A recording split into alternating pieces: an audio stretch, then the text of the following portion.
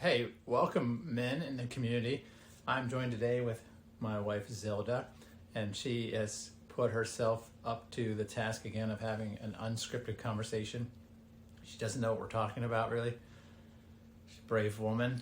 And actually this came about because we had planned to make a video for the Connected Intimate Man course today, and we needed a little bit more time to review the material. And since she came out to my office and she'd already set aside this time and all this stuff, I thought, hey, let's make another video. And the thing I wanted to talk about actually is something that comes up, I'm guessing, for a lot of men and women. Has come up for me before. And I thought it'd be great to make a video about and hear it right from the source. And it's about a wife saying, I'm tired. And specifically, just to give you some context, we're uncertain as men what to do and what to say when you say, I'm tired a lot and we would like to be intimate.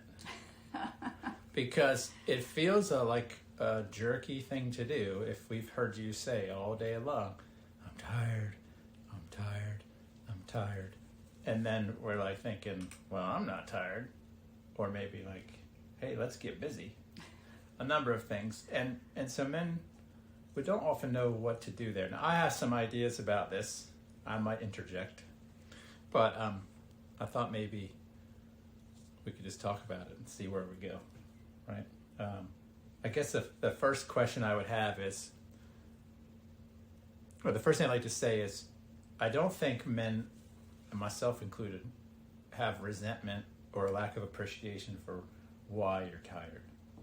So it's not like, although some men certainly are angry at the tiredness, but it's not that the tiredness is like a bother to them. It's that they feel frustrated that maybe they want to connect intimately and they see tiredness as just like the hurdle or the barrier, right? And I'm sure, in fact, it'd be great for you to share it if like that women have their own barriers to these things. So I don't think men here who would watch this need a justification for why a woman's tired. They're not lacking generally compassion and empathy for what makes their wives tired, right? Although we could all have more empathy and compassion.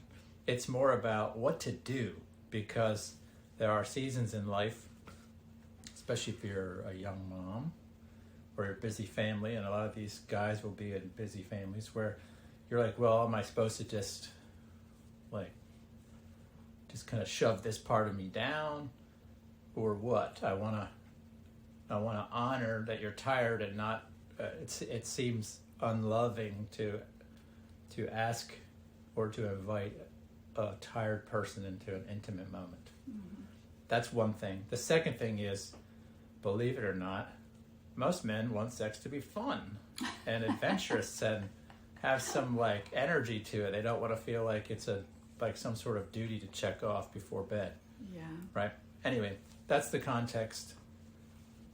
If you don't want to talk about it, just shut it down. I'm going to do a Dennis Collins here. Stop the record button now. Yeah. It's not live at least, so that's good. Yeah, that's good. You can actually scrap this if you're too uncomfortable at the end. Yeah. Well, because, I'm finding myself even now saying, well, I don't usually talk about certain subjects. You don't have to talk in the world. Okay. You don't have to get too intimate with our intimate life. Okay. It's more about what I'm really curious about is the woman's perspective, knowing that this is a struggle for men. I think there's assumptions that we make, first of all. I think I've learned this in time, that you saying you're tired as a woman doesn't mean get away from me, I don't want anything to do with you. And I might be reading my own story into that, my own hesitation. Mm-hmm. And so I would love to know, is that how you see the world? If you're saying I'm tired, are you also saying in that statement, I'm not interested in intimacy, specifically physical intimacy, because we believe and teach in our community that intimacy, it's a lot more than just physical intimacy. Right. Good. Because it is more than just physical, right? Yeah. Right? It's like the relationship intimacy. It's kissing too, right? Just kidding. It's getting to know one Hugs. another, getting to know you, getting to know all about you. Just kidding. Yeah, so. That was from a Broadway song, by the way. Oh, okay. I'm not a Broadway guy, so you ought to know that about me by now. Okay. Yeah, so how does it hit with you? No further ado. Without further ado, I would say that there are times in life where I might say, and have said, I'm tired, and it is tiredness to such a degree, it's like at my core. Like, I don't want one more person, including you, coming at me or near me. Like, I just want to, Yeah. be quiet, or go to bed, go to my room, read a book, have complete quietness. Yeah. But that kind of tiredness, I don't think is, it's not all of the time. That's like Maybe for a season it can be when you have young children. definitely seasonal with babies and toddlers. And now in my life now, I would say, like Sunday nights, because Sunday is like a big work day around our homestead, and so. Are you saying Sunday nights are off limits now? Is that what you're saying? If I'm working, weeding for 6 hours straight, and I have to make dinner, and then by the end of the day, I'm just... Okay. This happened to me this past Sunday night when I sat down. Don't tell them too much. I thought, I'm not going to be able to get back up. Like, I sat down in a chair in the family room, and I thought, I can't get back up to go say goodnight to the girls.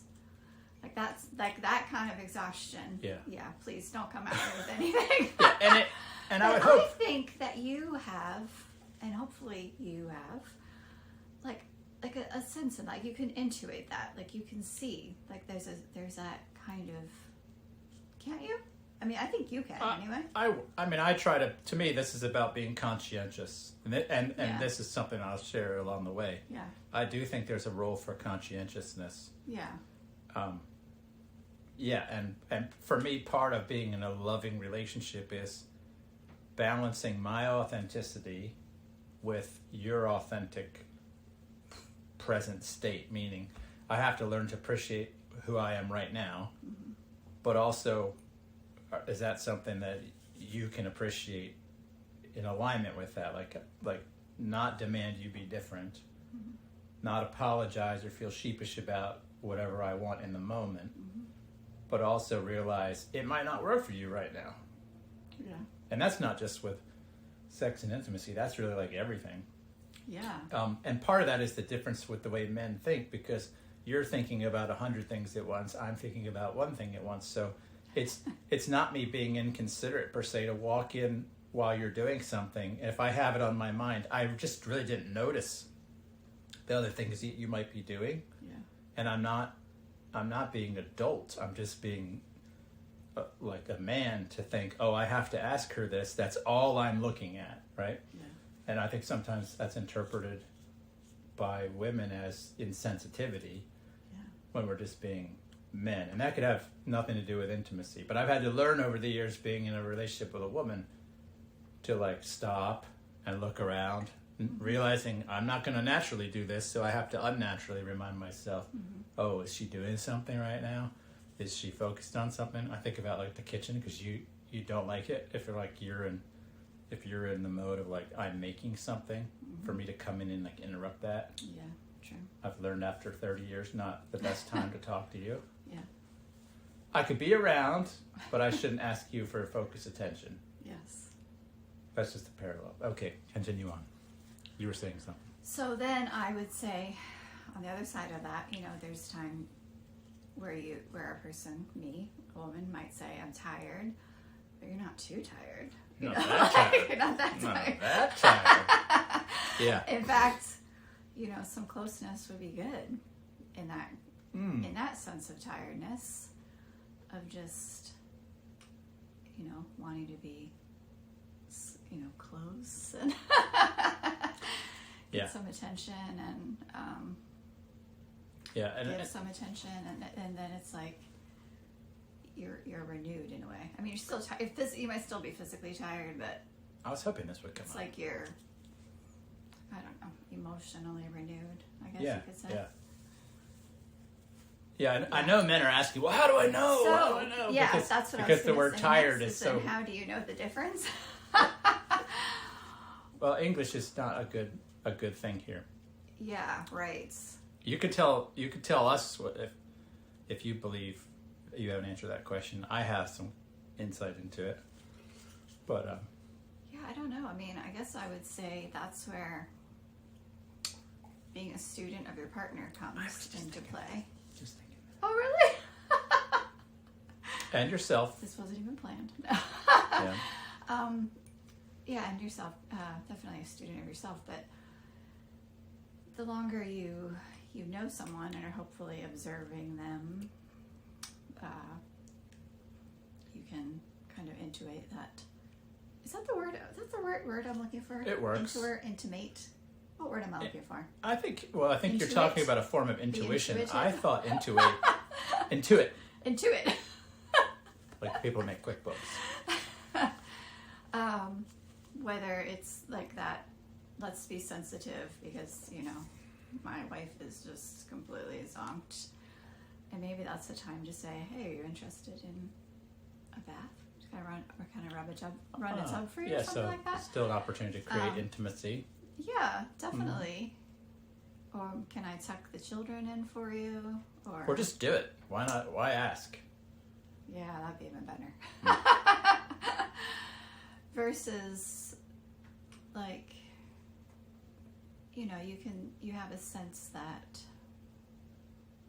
physical intimacy might be a gift at that moment, a gift in that tiredness. Well, let's suppose I get it wrong. Let's just say I'm not intuiting very well. Is that a word? I don't know. We're going with it. That's the word we're going to use. Let's just say I get it wrong. And I think this is the bigger issue of why men struggle with this, is men are ultimately afraid. It's driven by fear. It's afraid if I make my wife mad, I experience a lack of something. And that lack of something ultimately leads for the men who are struggling with to disconnection. So the real solution is to create connection yourself, so I don't try to get it from you. Then I can just be okay with you saying no. And I would say to not be worried about making my wife mad. And I think this is something that goes both ways, as far as, there were many years where I wanted to make sure that you were always pleased. But then at some point, I had to say... How the hell with that? No, I'm an adult, right? Like, I'm an adult, and I'm not here to please you. I'm not here to please him, or if he gets mad because I'm doing something, then that's not my problem. With this whole idea of I don't want you to be mad, to me that has kind of like a child to parent vibe to it. Like when it's kids are like, yeah. I don't want to make my mom mad. You know what I mean? It's like that kind of. It feels off-putting too, doesn't it? Like, if I approach you like I can't make you mad, is that an endearing way to be? No. It is off-putting, right? Like, you kind of ask this question, like, WTF, what's wrong with me that you're so worried about making me mad, like I'm big and scary? Yeah. And men feel the same thing when women treat us like we're scary. Mm-hmm. That really makes men go, what gives, man? I don't do this, I don't do that. And immediately we're like, do you think that poorly of my character that you feel like I'm that easy? Or I need to be avoided. So I think this goes both ways too, meaning... Yeah. So I would say, just go for it. And if you make a mistake, you make a mistake. That was going to be my question, was like... Like, let's have the freedom. Like, let's have the freedom to if you, let's say, this is us, right? If I'm super tired, like, right, and you're like, well, I think... whatever, I'm going to go for it. But I'm at the point where I'm literally... like, I'm sorry, can I just have the freedom to say, I love you so much, but I just can't do, like, I can't give one more thing at this moment. And then can you, like, accept that? I would be okay with that, but... You would now, but... You can say whatever. You probably wouldn't sometimes. I wouldn't. And sometimes I didn't feel like I had the freedom to say that kind of thing. But isn't that what we're striving for in marriage? Should be able to be free with one another? Like, isn't this the relationship where we should be able to be the most free human beings? But we're not. Who we are inside of our marriage? Here's the rub, and I know guys are going to have this question, and because we talk to a lot of men. This is one of the problems in this part of marriage is you're trying to tend to your partner's inner life, and you really shouldn't. That was your point earlier. Exactly. Right. Yeah. But here's the other problem. Women oftentimes in marriage, maybe men do this too, but it's women happens mostly with women, is a woman will say yes when she meant no, and then years later she'll come back and say, I feel like you took advantage of me. And women will go so far as even to say, you raped me, because they had sex when they didn't want to. Oh dear. And they felt objectified and used because they felt like they were just fulfilling a gratifying role. And I understand. I sympathize and empathize with women who did this. But men are really, really gun shy about this because they are blamed ultimately oftentimes for a woman saying yes when she meant no. And this is even challenging as a coach and mentor, because I instruct men to just be yourself. And if being yourself means you initiate intimacy, then you got to do that. Otherwise, you're hiding yourself. Yeah. And if your partner says, yes when they meant no, that's on them. I think it is too. It's not on, to me, that's on them. And that person needs to get some counseling. Well, now, or some mentoring. There's a bigger picture. I have to be the kind of man that, for the best of my ability, I'm creating in the relationship a context where you're safe to say no. Like if I'm a absolute time bomb all the time, and any attempt to or if you get at all close to trying to make me mad, I fly off the handle, then I can understand why a woman feels like manipulated and pressured. Yeah.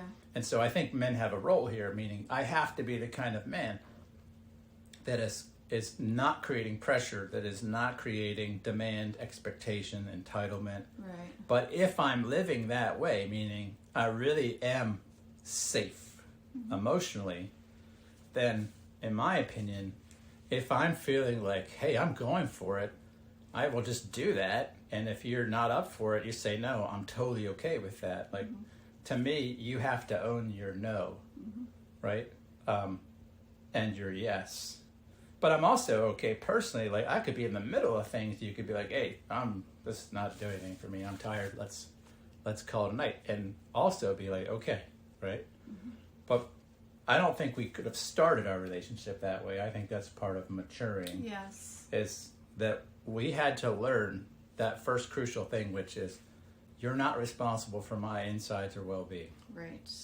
And I'm not responsible for yours. And that's what experts call differentiation, which at some point you said, I had to realize, wait a minute, I'm an adult, he's an adult. He has to own himself, I have to own myself. That's really healthy to do. Yeah. But it's also really scary to do because people are afraid that to turn away and own me and not you is synonymous with not caring. But I feel like, I'm putting myself on the spot here. I feel like I treat you that way and I don't not care for you. Yeah. Meaning, like I deeply care about you, but I also, part of trusting your maturity as a human is that you can rule yourself. You're inside. You don't need me to save you. Your insides are yours. You're a capable human being. I'm here to support you, but I can't own your happiness. Like, you have to create your own happiness. If I become responsible for that, then I'm enmeshed in an unhealthy way. Yes. Just like if you're responsible for my happiness, we have like a parent-child kind of relationship instead of a lover relationship. Yeah, and that's not good. Right. And so, in fact, I would say I feel more cared for, way more cared for now than ever before. And I have more liberty to let you be. Yes. That's what I'm saying. Okay, so this is a scary word for a lot of people, but for me then, when you're tired and you're exhausted, tired, hopefully if I understood you correctly, but also just my own perspective, if I am a good student of you, and that's your whole life, that's not just your sexuality, that's you as a person. Like if I just get to know the tells, and if I'm really, and this goes back to artists, like watching you, knowing your facial expressions, knowing how you move through the day, being able to see that you're clearly fatigued. If I'm doing that well, and I see that you're exhausted, hopefully 9 times out of 10, when you say I'm tired, I'm gonna know, okay, this is true exhaustion. And really, if men are operating in the space that we talk to them about in our community, they're self-sourcing their deeper needs, and really the physical act of intimacy is always an option. It's just an option, meaning and you don't know this maybe, but in our community, physical intimacy is not a need. We reject that idea because clearly people can go without physical intimacy in all sorts of settings that don't bug them, right? Yeah, exactly. Meaning nobody dies if they don't actually have sex. Yeah. So, but immature men, insecure men, It's like the dessert to life. there you go. Yeah, dessert is optional. And you'll probably ask us to split it because y'all don't like to eat your own dessert. We've already established that. So if that's the case, where was I going with this? Sorry. That a man doesn't need the act of sex to be okay. Mm-hmm. If he feels needy, his need is actually greater. He's feeling disconnected, and a lot of times he'll be disconnected with himself. Mm-hmm. So we are already teaching men outside of this kind of video and other courses to like learn to know when you're feeling needy, Mm-hmm. and to like go do something to reconnect with you, because that's the issue.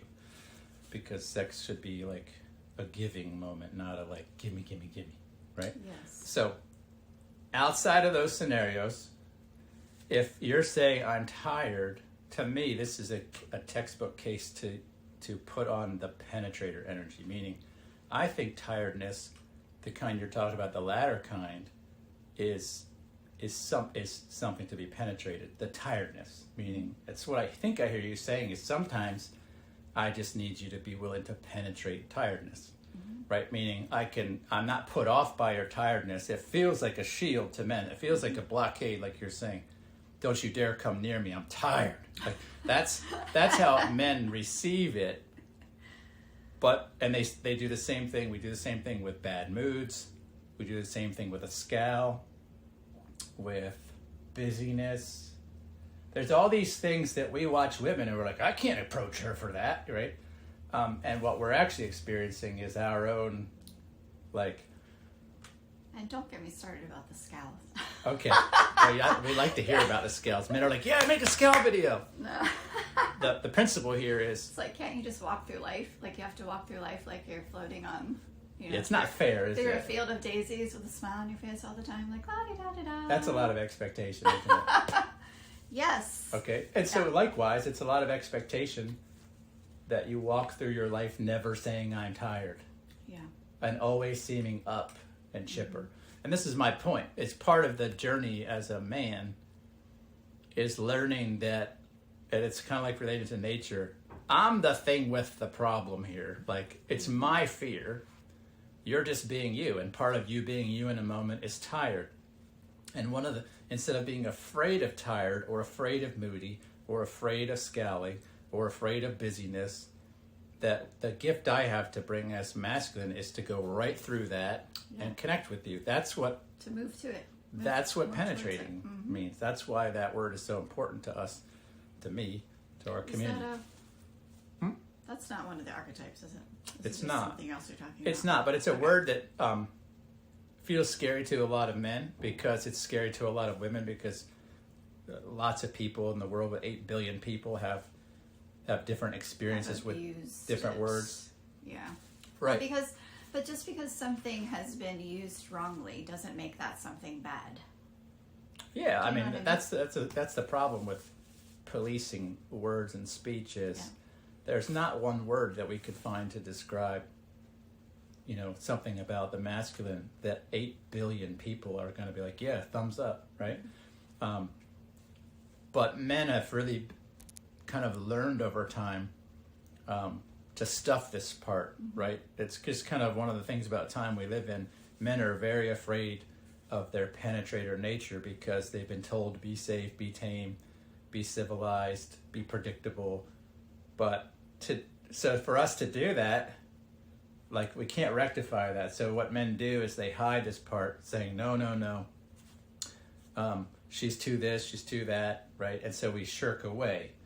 And what I think is really important, and you seem to be confirming, is I have to be willing to just push into or past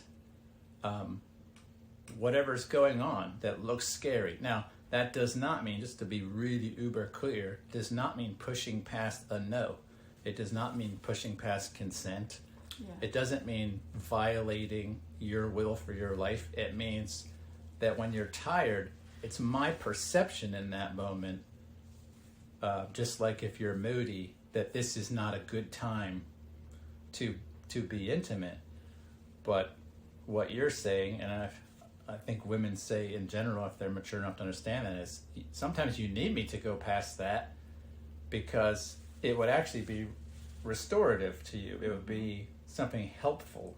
Mm-hmm. Like you're not too exhausted physically, but maybe you're not in a great mood. And maybe that thing, like me bringing me to you and not being afraid to penetrate, would actually improve your situation. Yeah, it's like what you say sometimes about the hysteria. Hysteria, yeah. Like it I'm helps. surprised you're bringing that up. That's pretty bold. Oh, really? Yeah. Well, Yeah. Well, it Why? means of the womb. Oh, yeah. But my point being is that a woman, you can get caught up in whatever, and that can be tiredness or yeah, over emotional, whatever. And when the man brings his masculinity into that, well, you explain it better than me. Is it like you're getting rid of the hysteria? You're helping with the hysteria? Or you're... What are you doing? Well, I do What's think... happening there with Well, the you're hysteria? penetrating. You're penetrating the hysteria, which is... And then it's like, there's like then a calmness right. that overcomes after that. It's like a sense of, I hope our children aren't watching this. I'll put a disclaimer on it.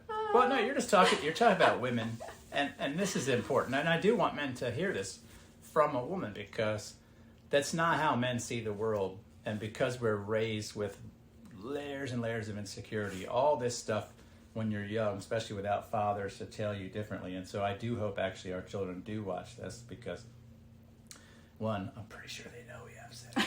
But two, they'll be better men for understanding that what looks like a scary woman is actually a woman who needs you to penetrate her. And I don't just mean physically, but like not run from what feels like conflict and challenge and adversity. That if like that hurts you, right? If you're hysteric or if you are in a bad mood and I retract, like you're not helped. And actually reality, I'm not helped, because what men discover as they learn that, oh, this is an opportunity for me to be to be me. It's life-giving to be a man. Like just as men love to have, intercourse in the physical, the more we can penetrate in the spiritual and just deliver like life or kind of like counterbalance the hysteria. That feels good to men. Like that is an expression of masculinity, which is why I don't like to apologize for the word penetrate, because it is the nature of men to say there's adversity, challenge, darkness, something bad going on there, and instead of running, go right into it. Like that's courage to me. I wouldn't think that word should have any negative connotation, in my opinion, because to me that word is simply, it's like a verbal expression of a physical being, right? Like the man is the penetrator. But then too, if you think about, a shaft of light, and you're in a dark room, it's like a shaft of light. What's that doing? It's penetrating the darkness, right? And so that's beauty. Yeah. To me, like this idea of a man penetrating like life or darkness or hysteria or whatever should be a beautiful thing and should be celebrated. Everybody has their different perspective. It's unfortunate that it's not. But. Yeah, and I don't have any judgment for people who see it differently. And I think it's important to just acknowledge, like, hey, if that's a hard word for you, I get it, right? It's just a matter of, again, kind of like the husband-wife thing. That's your insights to tend to, and it doesn't do you any good for me to change my, reality or how I show up in the world to suit you. You know what I mean? Like, that's kind of the point. So it's not a word that we're out talking to the public about mostly. This is kind of the higher level stuff for the inside of our community, but still, it's an area a lot of men feel very uncertain, and it just shows up in this way. And tiredness and moodiness and all that is just one area that causes men to turn around and seek comfort. But what will end up happening is they'll be frustrated because they'll feel like, man, I never get to be intimate. Now, what's really happening here in the moment is a man is misunderstanding a lot of things, and he's kind of subconsciously handing over the power of expressing his intimate self to her, right? When if he just knew it's important to be you and let your partner say no, like be a penetrator in every sense of the word. If she's tired, penetrate the tiredness. If she's moody, penetrate the moodiness. If you're having a bad day, penetrate the bad day. Now, sometimes that might include physically, but at a minimum, I can penetrate all those things with other things. Like, I could bring lightheartedness, I could bring energy, I could bring labor if that's what you need. I could bring support, right? It's just like, what can I inject into this moment to change the moment? I think parenting is a great example, although it sounds weird to talk about penetrating with kids in the same sentence. But like, if there's something going on, I think about, this is an area I've been working on, is if you're having a moment with the kids and it feels harsh, or it feels like, man, there's a lot of emotional tension here between you and the kids. Like, that's an area I could go run away and be like, quiver in the corner, or I could figure out, what does it look like to penetrate this moment? Right? Yeah, definitely. And to me, like, the summation of that is that a man is bringing his strength. Like, you're bringing what you have that I don't have into whatever moment that's happening there. Right. And that's the comic relief to me is always a big one. Well, that's a good one. that's the number one but toolkit. Even just like supporting, not even having to fix. Like, if I'm in a bad mood for something, or for something, not feeling like I have to fix it, but even if I just say something and you repeat back, I understand feeling that. Like, without judgment. That feels good. Like, that feels you're bringing something. Whereas, when you're talking about going the other way, that feels like abandonment. I'm being left. Abandonment. I'm being left. I'm being rejected. I'm being cast as the crazy one. Right. And I don't really like being cast as the crazy one. Yeah. It's kind of like, and we talk a lot about that. Y'all are like nature, right? And nature doesn't misbehave, but we treat it like it does. So, like, if we see a thunderstorm, if we see a tornado, if we see a hurricane, we tell ourselves a story that nature is acting badly. But nature is just being nature, right? Exactly. So, we do the same thing with the feminine, and it's actually a learned thing. I think we get it from parents, like, oh, what she's doing is negative, it's bad. And what do all people do when there's something negative and bad and fearful? You run. You're like, oh, I have to hide. I have to get under the couch. I have to put a mattress over my body. I avoid flying glass. And that's how it feels. But that's just learned behavior from childhood. Yeah. And it's a big part of journey for men, is to learn, oh, that's not really dangerous. It feels like it is, but that's just a story you learned about meaning of what this looks like, right? So it takes a while for men to learn that. Now, you mentioned strength being the operative word, and I think we would agree, meaning that's like our first step in our community, is that we help men like know that they're strong, because you can't penetrate if you're flaccid, right?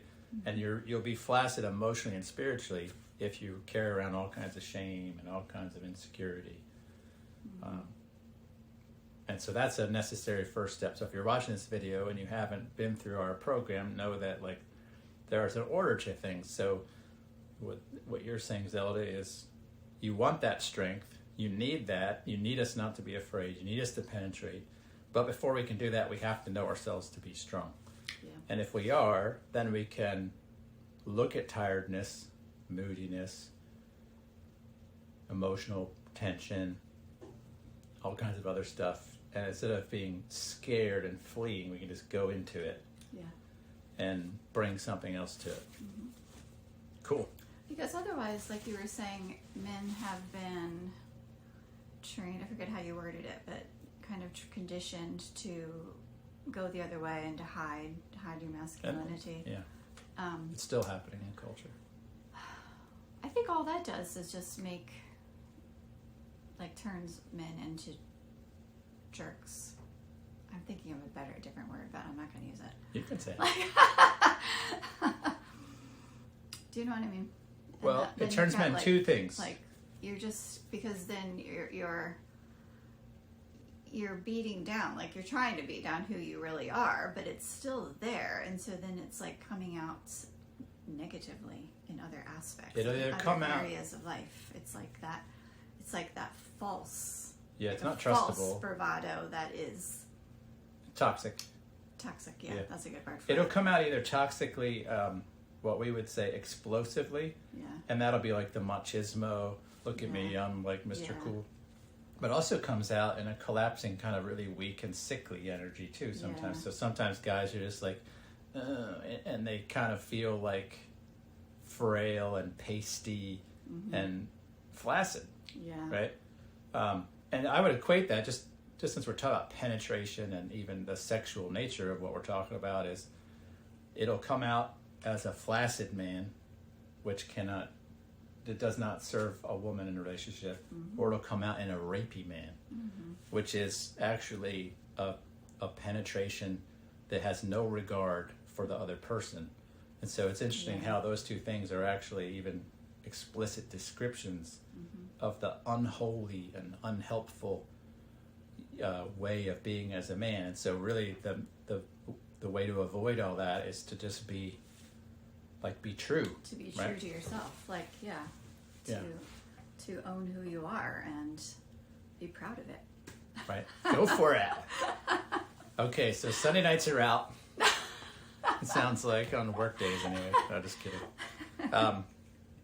Yeah, and I hope guys will get a lot out of this. Specifically, these are complex roads to travel, and just to be clear, in 30 years of relationship, our relationship has looked like different things. It's not like this is how it's always been. Exactly. We've had to navigate these by our own personal growth.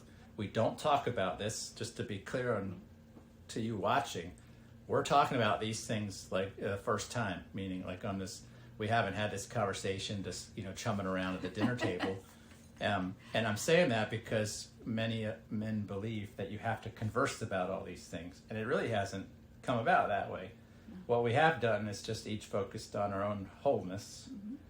And look, we can have a conversation, risking having it on video for the first time and without disharmony or disagreement. And I would credit that to that we're focused on our individual self, and that actually creates harmony and unity, which is different than that enmeshment that was gross. Yeah. And so if you're watching this, you might be hopefully equally inspired, but also frustrated at maybe where you are. Keep focusing on you, right? Don't focus on your relationship. Actually, what makes a relationship work is to stop focusing on it. Like, we don't talk about our relationship in great detail, right? That's true. How do you think it would feel if we needed to? It wouldn't feel good. We used to do that. We used to read the books and try to go to the seminars. And yeah, we wouldn't do that again. Even when I think back to those times, it makes me feel like it's a little cringy, isn't it? Yeah. And some people do that, and if that works for them, that's great. It didn't really work for us. Yeah. But these are complex things to work out. I think what really served us well, and you alluded to it, just to reiterate, is we survived the differentiation process, which was figuring out that each of us are responsible for ourselves. And you have to overcome the feeling that you're betraying the other person when you let go of trying to make them happy, because it feels like you'll have a saboteur telling you, but that's abandoning her, when you stop trying to make her happy. But it's a necessary thing. Meaning I had to do that too. I had to just say, like, you just got to work yourself out, because it wasn't working for me to try to like change every day to suit you, and vice versa. So that's an important step. Knowing your strength as a man is important. I won't speak too deeply for you, but as a woman, I think you also have to, like, your part of your journey is learning that you have to say what you want and be willing to do it, right? Like, to say no to things, to say yes to other things, and to own your inside. And to let your yes be yes and your no be no. There you go. Don't be wishy-washy. Don't be wishy-washy. But that was a journey. And then, as a man who feels okay in himself and strong, then you're like really well suited to start seeing some of these things like tiredness and whatnot differently. And really what that eliminates for men is it eliminates waiting, it eliminates limbo, it eliminates handing over the power of intimacy to you, because that's what men typically do, is to say, like, you're just gonna have to tell me when we can be intimate, because it's just too scary for me to like navigate. But that doesn't go well. That's why I talk to so many people in sexless marriages, is because they did that handover, and then the woman never comes back and says, let's be intimate now, I'm ready, because it's not really how you all see the world. It's not, right? yeah. I mean, we're not, again, going back to just the physical, like, the physical picture. Yeah. We're not equipped to be the penetrators. Yeah. We're just not. Yeah, So. I get it. We say the same thing. So, what questions come up for you? You can put them in the comments. I can't guarantee you that Zelda will be around to answer them, although I can ask her about some of that stuff. I hope it's been helpful in the grand scheme of things, maybe to answer some questions, to get a woman's perspective who's mature and who survived some of the phases that you might be going through in your marriage. Any last remarks? I don't think so. Okay, well, thank you for your willingness to You're talk welcome. about these things. We survived. Boys, if you watch this, don't judge us. We love you. We'll talk to you guys soon. Take care.